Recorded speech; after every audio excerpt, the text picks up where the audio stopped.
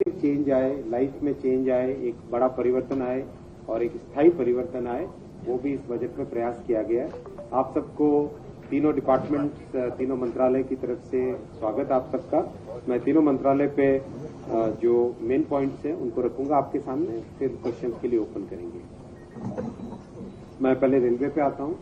Railway के लिए प्रधानमंत्री जी को बहुत बहुत धन्यवाद कि कई वर्षों से जो इन्वेस्टमेंट की रेलवे में कमी थी, जिसके कारण रेलवे का जो पोटेंशियल है वो अचीव नहीं हो पाता था, उसको पूरा करके आज 2,41,000 करोड़ का रेलवे के लिए बजट एलोकेशन किया गया है कैपिटल इन्वेस्टमेंट के लिए। बहुत ही बड़ा चेंज है ये, और इससे जो हमारे 800 करोड़ पैसेंजर्स हैं साल भर के, 2.5 करोड़ डेली, उनको उन सब के एस्पिरेशंस को पूरा करने के लिए एक बहुत बड़ा माध्यम बनेगा। बहुत सारा फोकस रहेगा बजट में, जिस तरह से कहा गया है उन सब थीम्स पे, ग्रीन ग्रोथ पे, टूरिज्म पे, वर्ल्ड क्लास एमिनिटीज पे। इसमें मैं एक एक करके सारे पॉइंट्स रखूंगा। सबसे पहले स्टेशन, पैसेंजर्स के लिए सबसे इम्पोर्टेंट होता है स्टेशन।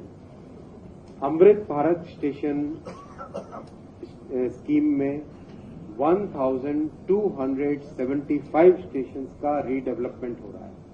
बड़े स्टेशन जैसे न्यू दिल्ली स्टेशन हुआ, अहमदाबाद स्टेशन हुआ, कानपुर स्टेशन हुआ, लखनऊ स्टेशन हुआ, छत्रपति शिवाजी महाराज टर्मिनल हुआ, ऐसे बड़े स्टेशन। मीडियम स्टेशन जैसे पुरी स्टेशन हुआ, जोधपुर स्टेशन हुआ, जयपुर गांधीनगर स्टेशन हुआ, इस तरह के बहुत सारे मीडियम स्टेशन और छोटे स्टेशन, सबको लेके कुल मिला के 1275 स्टेशन का रीडेवलपमेंट मैसिव तरीके से हो रहा है। काम चालू हुआ है सब जगह और काम को और तेजी से आगे बढ़ाया जाएगा। आप सबने देखा माननीय प्रधानमंत्री जी के विजन से बनी वंदे भारत ट्रेन को किस तरह से पैसेंजर्स ने बहुत ही अच्छे तरीके से एक्सेप्ट किया है कि world class train, world class amenities. अब वंदे भारत ट्रेन का प्रोडक्शन बहुत तेजी से रैंप अप होगा और अब तक आईसीएफ चेन्नई में बनती थी, अब आईसीएफ चेन्नई के अलावा सोनीपत में, लातूर में, महाराष्ट्र के लातूर में, हरियाणा के सोनीपत में और उत्तर प्रदेश के रायबरेली में भी वंदे भारत ट्रेन का मैन्युफैक्चरिंग प्रोडक्शन चालू होगा। इससे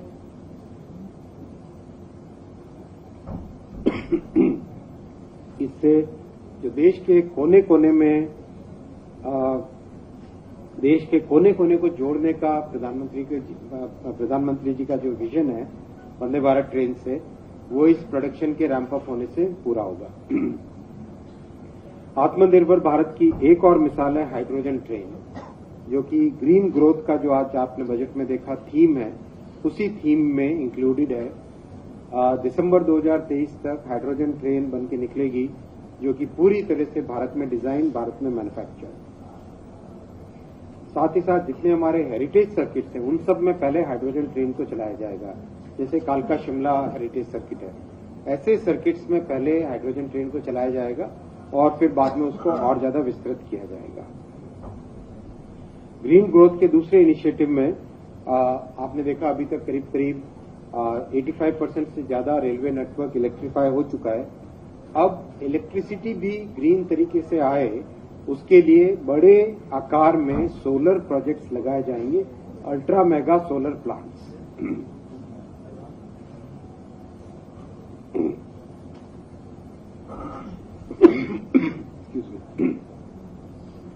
इंफ्रास्ट्रक्चर की ग्रोथ के लिए कॉरिडोर अप्रोच लगाया जाएगा, जिसमें एनर्जी कॉरिडोर, जो हमारे पहाड़ी एरियाज हैं, हिली एरियाज हैं, उनके लिए अलग कॉरिडोर्स, फिर सागरमाला जो पोर्ट्स को कनेक्ट करने के लिए, फिर जनजाति गौरव कॉरिडोर, जो कि ट्राइबल एरियाज हमारे जो अनकनेक्टेड है उन सबको कनेक्ट करने के लिए जनजाति गौरव corridor, cement corridor, energy corridor, इस तरह से इकोनॉमिक कॉरिडोर और सोशल कॉरिडोर्स का कॉम्बिनेशन लेके इंफ्रास्ट्रक्चर को डेवलप किया जाएगा।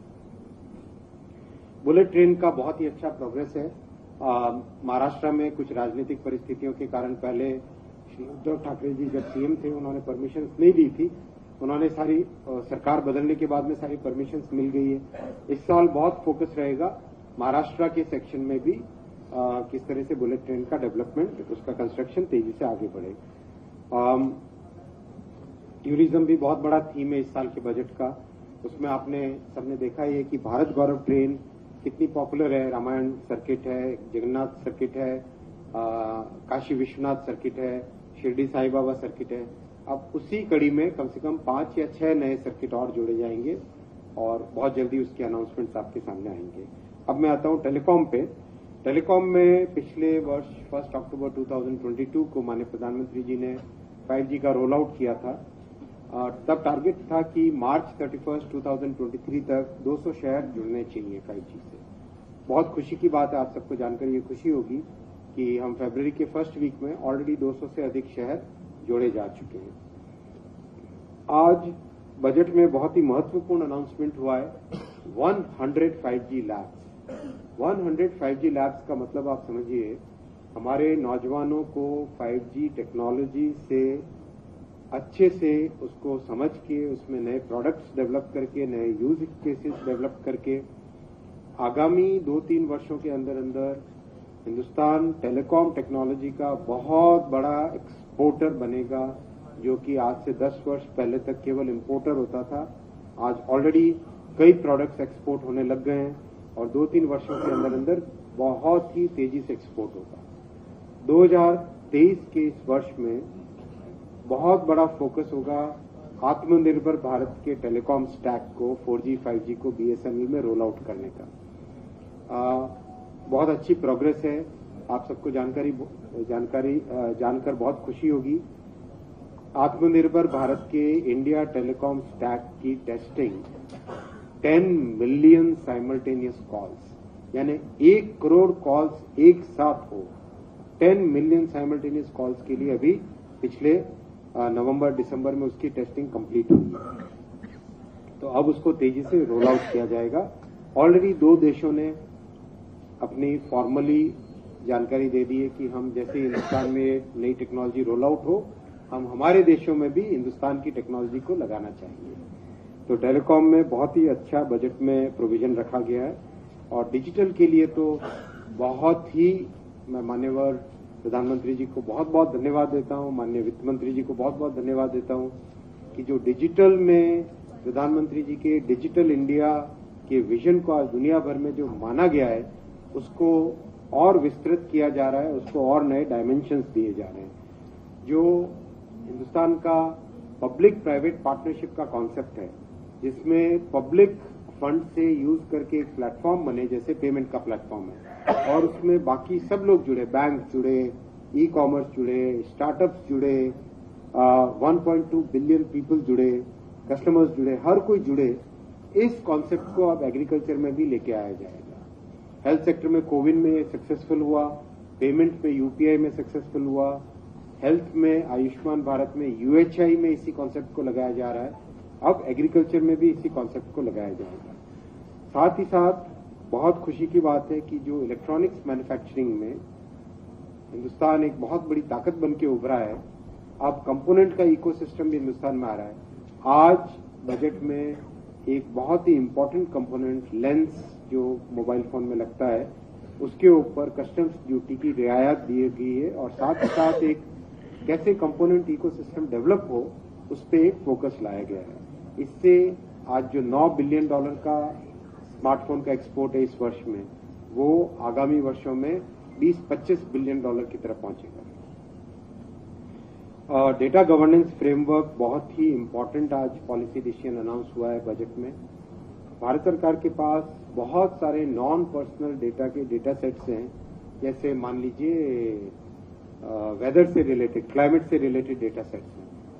अब क्लाइमेट से रिलेटेड 20-25 वर्षों का जो डेटा सेट है, क्या उसका उपयोग करके फार्मर्स को, हमारे किसानों को एक बहुत ही ऑथेंटिक तरीके से वेदर की और क्लाइमेट की जो प्रेडिक्शंस है वो दी जा सकती है। ये सब थॉट प्रोसेस के साथ जो नॉन पर्सनल डेटा सेट्स हैं, उनको कैसे उपयोग में लाके स्टार्टअप के थ्रू, एआई के यूज के थ्रू कैसे ज्यादा से ज्यादा अच्छी से अच्छी सर्विसेज सिटीजन्स तक पहुंचाई जा सके, उस थॉट प्रोसेस के साथ इस पॉलिसी को अनाउंस किया गया है। और ईज ऑफ लिविंग में डिजी लॉकर का आप सबने तो इसका उपयोग किया ही होगा। बहुत ही इफेक्टिव एक मैकेनिज्म है, बहुत ही इफेक्टिव टूल है ये। इसका KYC अक्रॉस डिफरेंट सर्विसेज के लिए उपयोग होगा। ये आज के बजट में अनाउंस हुआ है। आपने देखा AI के लिए 2023 एक वाटरशेड, एक टिपिंग पॉइंट वाला वर्ष है। ऐसे में हिंदुस्तान अब क्लाइमेट से रिलेटेड 20-25 वर्षों का जो डेटा सेट है, क्या उसका उपयोग करके फार्मर्स को, हमारे किसानों को एक बहुत ही ऑथेंटिक तरीके से वेदर की और क्लाइमेट की जो प्रेडिक्शंस है वो दी जा सकती है। ये सब थॉट प्रोसेस के साथ जो नॉन पर्सनल डेटा सेट्स हैं उनको कैसे उपयोग में लाके स्टार्टअप के थ्रू, AI के यूज के थ्रू कैसे ज्यादा से ज्यादा अच्छी से अच्छी सर्विसेज सिटीजन्स तक पहुंचाई जा सके, उस थॉट प्रोसेस के साथ इस पॉलिसी को अनाउंस किया गया है। और ईज ऑफ लिविंग में डिजी लॉकर का आप सबने तो इसका उपयोग किया ही होगा। बहुत ही इफेक्टिव एक मैकेनिज्म है, बहुत ही इफेक्टिव टूल है ये। इसका KYC अक्रॉस डिफरेंट सर्विसेज के लिए उपयोग होगा। ये आज के बजट में अनाउंस हुआ है। आपने देखा AI के लिए 2023 एक वाटरशेड, एक टिपिंग पॉइंट वाला वर्ष है। ऐसे में हिंदुस्तान में जहां AI का टैलेंट मैक्सिमम अवेलेबल है, दुनिया भर में AI का टैलेंट हाईएस्ट कॉन्सेंट्रेशन इंडिया में, ऐसे में आज 4 सेंटर्स ऑफ एक्सीलेंस अनाउंस हुए हैं, जो कि AI को कैसे हम अपनी सर्विस डिलीवरी में यूज कर सके, बेटर फैसिलिटीज प्रोवाइड करने में यूज कर सके, उसके लिए इन सेंटर्स ऑफ एक्सीलेंस का यूज किया जाएगा। तो इस तरह से तीनों मंत्रालय कवर हुए। Now it is open for questions. Thank you sir. Please raise your hand and use the mic.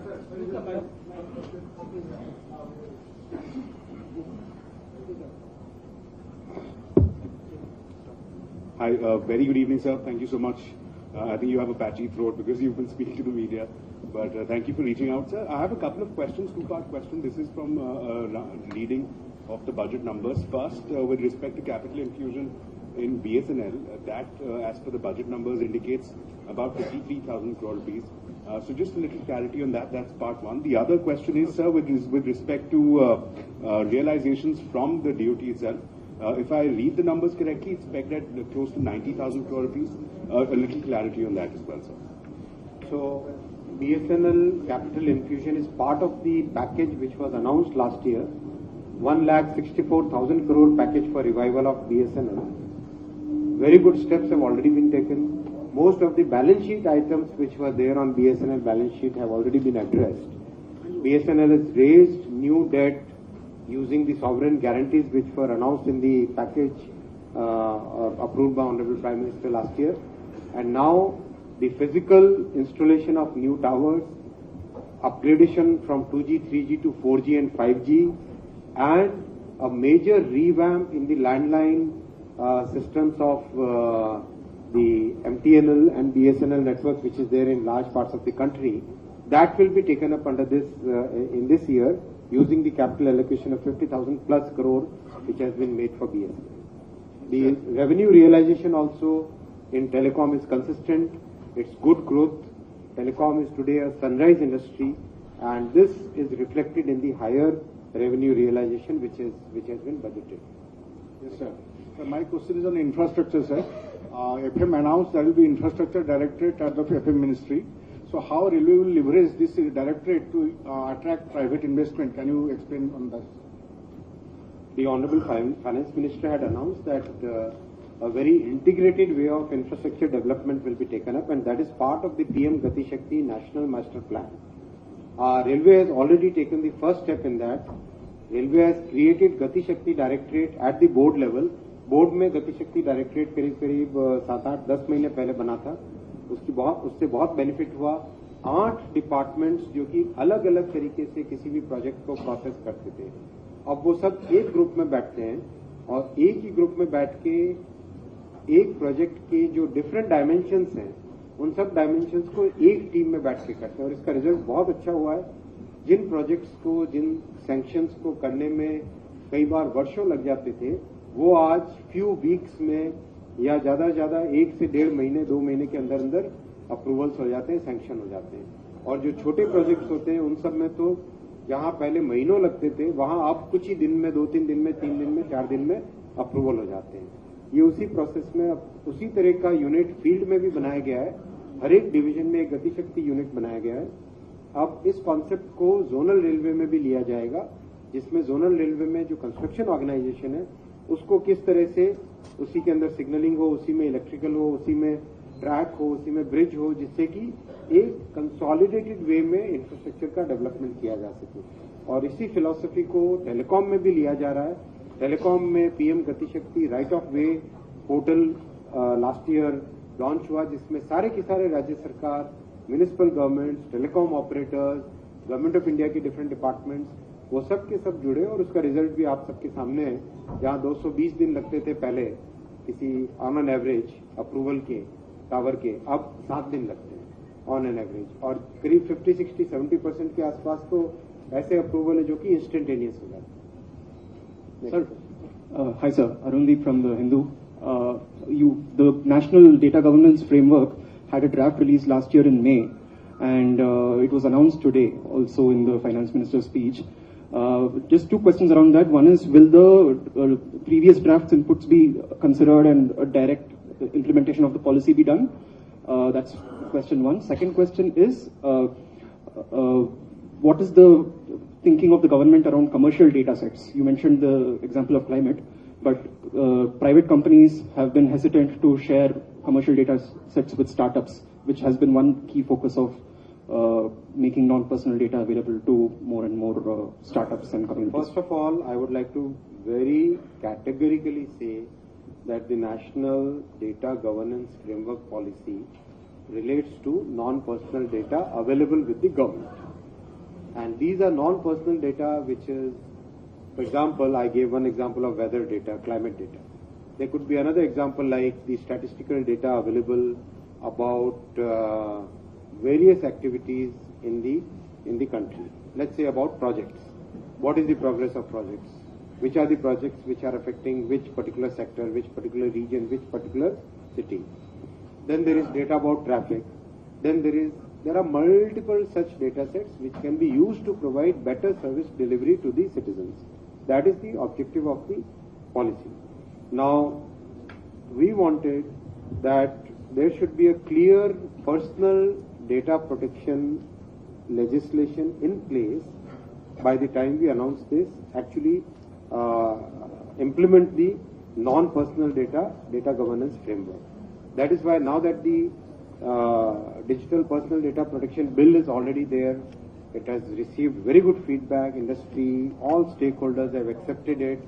Globally, I am hearing, for example, in Davos, some people actually said that India's data protection bill should now become the template, not the European GDPR.